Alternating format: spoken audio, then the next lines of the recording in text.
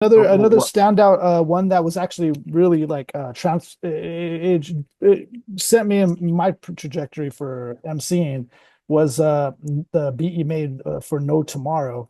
That beat with the drums was crazy. It's like da, da, da, da, da, da, da, da, da. Okay, I'm gonna break that down. So, no tomorrow. Okay, first of all, the influence to do that drum thing Yeah, with the dot dot dot was from yeah. Pete Rock. Was from Pete Rock because Pete Rock used to have the beats boom boom da da da da doom doom da da boom ba da. He would throw in the little extra Mm. kicks to Yeah, throw the beat off. yeah, That was his signature style. So there's many ways to make beats and get drums. right, You all different types of ways. right. That snare specifically is the snare from to Forever from a guy named Chick Corea, one of legend in jazz.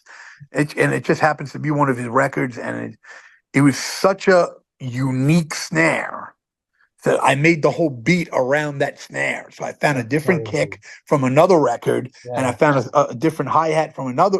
So a lot of times people will use the record for the hi hat, kick, and snare from the right. same beat.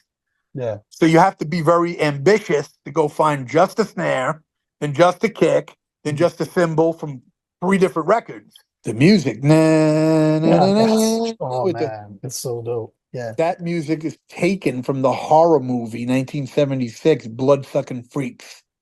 Basically, the sickest horror movie ever made, in my opinion, my favorite.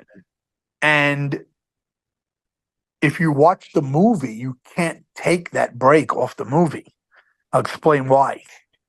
If you watch the movie Bloodsucking Freaks, during that music playing, there's two black girls with afros, slaves, having their fingers chopped off while the midget is playing backgammon with the white slave master. And as they're playing backgammon, you can hear the backgammon going blah, blah, blah, blah, blah. So you can't get a clean version of that sample off the movie like any other person. So at the time, that record dropped 96. So that means around 95, I searched out the guy who made the soundtrack to Bloodsucking Freaks. And it was this Jewish guy named Michael Saul who got hired by Joel Reed, who made the movie, in 1976 to do the soundtrack and got paid like $300 or something, nothing crazy. And Michael Saul was kind of a classical guy, but he was experimenting with Moogs at the time. And so the whole soundtrack for Bloodsucking Freaks is like this evil classical Moog soundtrack. And he had the reels in his house, Michael, and I'm just a kid coming to his house. You don't even know me. I told him who I am, whatever, you know. And he's like, "You want the reels? You can have them. I'll give them to you." He gave me the original reels to Bloodsucking Freaks, the only copy of the fucking reels of the music. And I went to a studio and transferred these reels with 70 Wow. 1970 reels. They were like Wow. not even 8 track. They were like real from the 70s. You couldn't play them. You needed to go to like a professional studio. So I went to some kind of studio and had it transferred to cassette tape at the time. Wow.